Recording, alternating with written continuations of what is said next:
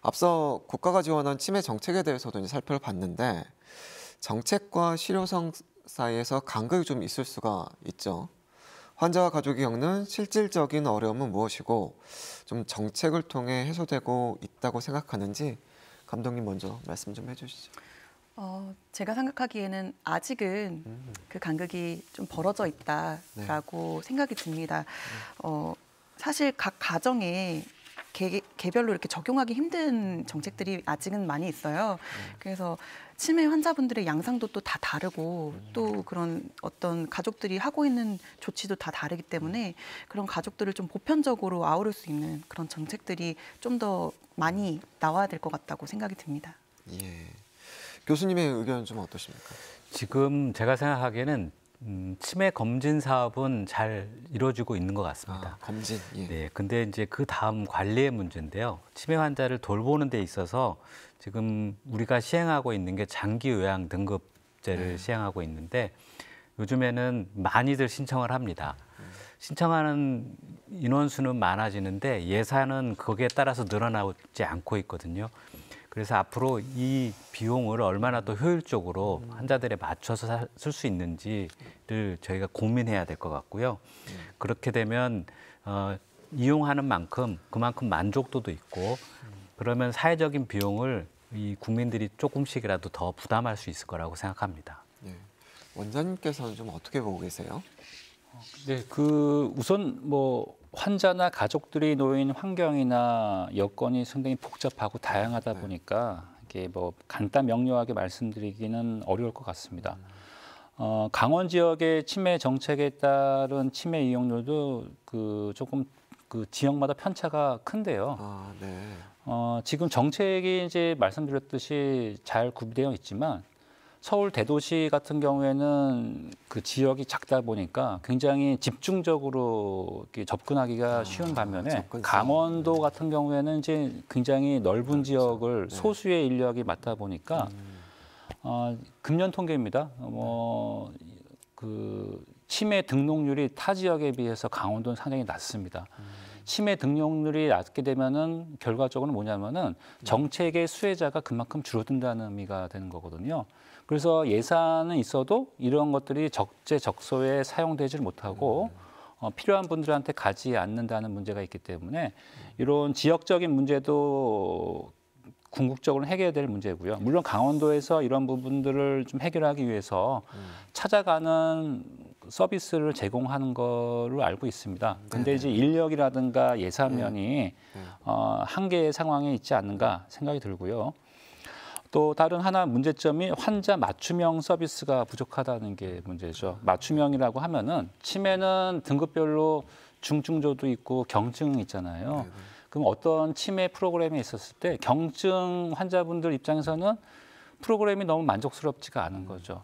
근데 또 중증에 있는 분들은 부족하다는 느낌이 들 수가 있습니다. 그래서 이런 의료라든가 아니면은 돌봄에 관련된 정책적인 서비스는 환자 맞춤형이 향후에 필요하지 않을까 예상을 해보고 있습니다. 예. 아까 감독님께서도 좀 현실적인 간극이 좀 크다고 좀 말씀을 하셨는데 그럼 앞으로 좀 어떤 좀 대책, 어떤 방향으로 가야 된다고 좀 생각을 하시는지. 저는 아까도 말씀드렸지만 육아를 하는 것과 굉장히 비슷하기 때문에 그것처럼 좀 개인의 그 돌봄 부담을 줄여줄 수 있는 정책들이 선택지가 많이 나와야 한다고 생각을 합니다. 사실 저조차도 지금 제 다른 가족이 저희 할머니를 지금 보살피지 않았다면 여기 이 자리에 나올 수 없었거든요. 그러니까 약간 저를 대신해서 잠시 맡아주는 케어 서비스라든지 이런 것들이 좀 더 필요할 것으로 보입니다. 치매 환자를 돌보다 보면 경제적인 문제뿐만 아니라 피로와 불안, 우울 등 복합적인 문제에 직면을 하게 되는데 정부가 2014년부터 치매 가족 휴가제를 도입을 하고 있습니다. 혹시 감독님은 이 제도를 이용하셨거나 좀 들어본 적이 있나요? 네, 알고는 있습니다. 네. 알고는 있지만 사실 현실적으로 가정에서 도입하기 조금 어려운 제도이긴 해요. 왜냐하면 제가 알기로는 지금은 어떻게 바뀌었는지 모르겠습니다. 제가 알았을 땐 좀 전이었는데 간호 인력이 오셔서 이제 좀 케어를 해주시는 걸로 알고 있는데 환자 입장에서는 처음 보는 낯선 분이 오시는 거거든요.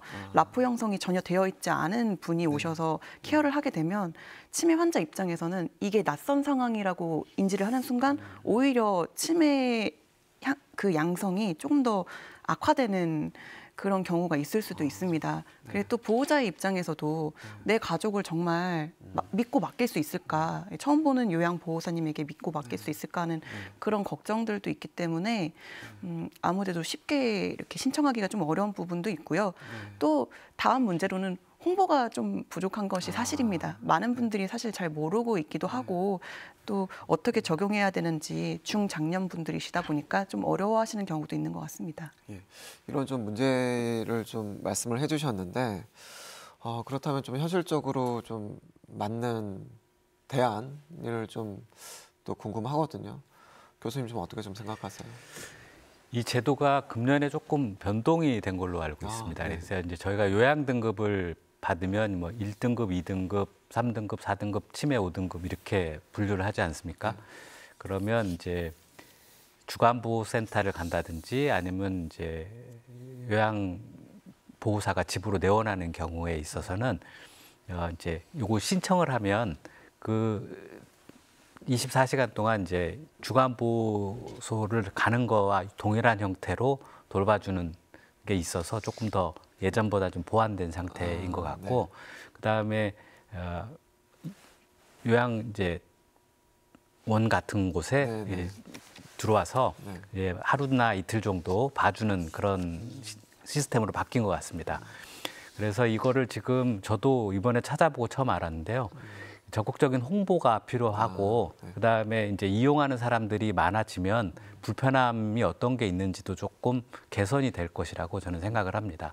아직까지는 잘 모르고 있는 단계고, 어떤 조사를 보니까 설문에서는 이런 게 있으면 이용해보고 싶다라고 나타낸 비율이 한 80% 이상까지 보이는 거 봐서는 잘만 활용이 된다면 치매 환자를 돌보고 있는 가족들에게 큰 위안처가 될 수 있을 것이라고 생각을 합니다. 우리 원장님의 생각은 어떠신지? 네, 제도 자체는 굉장히 좋습니다. 우리 이제 뭐 간단한 예로 이제 우리 꼬맹이들, 아기들은 이제 유치원을나 이제 어린이집을 보내게 되면은 우리가 맡기잖아요. 그리고 그 다음부터는 뭐 별로 걱정 안 합니다. 왜냐하면은 잘 올 거고 또 아기들은 성장하면서 점점 성숙해지고 좋은 쪽으로 갈 거고 우리가 다 알기 때문에 부모님들 입장에서는 아기들을 맡겨도 큰 불안은 없는데 치매 환자분들은 여러 가지 좀 다양한 면이 있거든요. 낯선 환경에 노출되는 경우나 낯선 다른 주변 분들이 오는 경우에는 굉장히 극도의 불안감이 생길 수가 있거든요. 지금 김 감독님께서 말씀하셨던 그 내용 그대로인데 이게 이런 제도가 널리 알려지지 않은 거는 결국은 일반 국민들 혹은 지역민들이 만족도가 어느 정도 기대 수준 이하이기 때문에 이런 결론이 내리는 거거든요. 단순히 어떤 시간제로 쿼터를 줘서 어떤 한 분한테 얼마의 시간을 할당한다고 하는 뭐 일괄적이고 그냥 획일적인 것보다는 맞춤형, 아까도 뭐 똑같은 얘기가 역시 반복되는데요. 환자 상태가 어떻기 때문에 처음에 어떻게 조심스럽게 접근을 하고 점차 이런 대면이나 접촉을 어떻게 늘려가냐에 따라서 환자나 가족들이 느끼는 만족도는 올라갈 겁니다. 그 만족도가 올라가면은 또 다른 가족이나 환자분들이 또 거기에 유입되실 거고요. 점차적으로 이런 제도가 더 활성화될 텐데 10년 넘은 제도가 아직도 활성화되지 않는다는 거는 뒤집어서 말하면은 그만큼 실제 시행하는 과정에 있어서는 여러 가지 현실적인 어려움이 있지 않았을까 이런 부분이 있었고 극복하기 위해서는 맞춤형으로 접근을 해서 이런 부분에 대한 환자분들에 대해서 조심스럽게 해야 된다라고 해야 될 것 같습니다. 말씀을 종합해 보면 좀 더 세심하게 정책적인 좀 변화를 좀 추구해야 될 방향을 말씀해 주신 것 같습니다. 치매 안심 병동과 치매 전담형 시립 요양원이 완공이 되잖아요. 좀 목표가 있으실 것 같아요. 또 이를 계기로 좀 풀어갈 또 과제도 꼽아주신다면. 그 치매 안심병동은 가정에서 돌보기 어려운 환자분들에 대한 집중 치료를 할 거고요. 네. 이를 통해서 네. 지역사회에 다시 또 복귀하셔서 환자분들이 병원이 아닌 지역 주민의 하나로서 일원으로서 역할을 할 수 있게끔 하는 게 기본적인 목표입니다. 이를 달성하기 위해서는 약물적인 치료도 중요하겠지만 비약물적인 치료, 환자 개개인을 통한 맞춤형 서비스나 프로그램을 제공할 계획이 있고요. 네. 또 아까 서두에 말씀드렸던 지역사회 연계가 이루어지기 위해서는 우리 지역에 있는 노인복지관이라든가 다른 관공서 그리고 보건소, 치매안센터 등과 협력해서 향후에 환자분들에 대한 케어라든가 그런 분들을 관리할 예정에 있습니다. 무엇보다 중요한 거는 이거에 맞는 인력, 의사, 간호사, 사회복지사 이런 분들을 빨리 확보를 해야 되는데 잘 아시겠지만 이런 인력들 또 이렇게 요즘 같은 경우에 그 지역의 노령화 그리고 젊은 분들이 수도권으로 이탈 현상 때문에 향후에 역시 이것도 새로운 문제로 풀어야 될 과제로 생각을 하고 있습니다.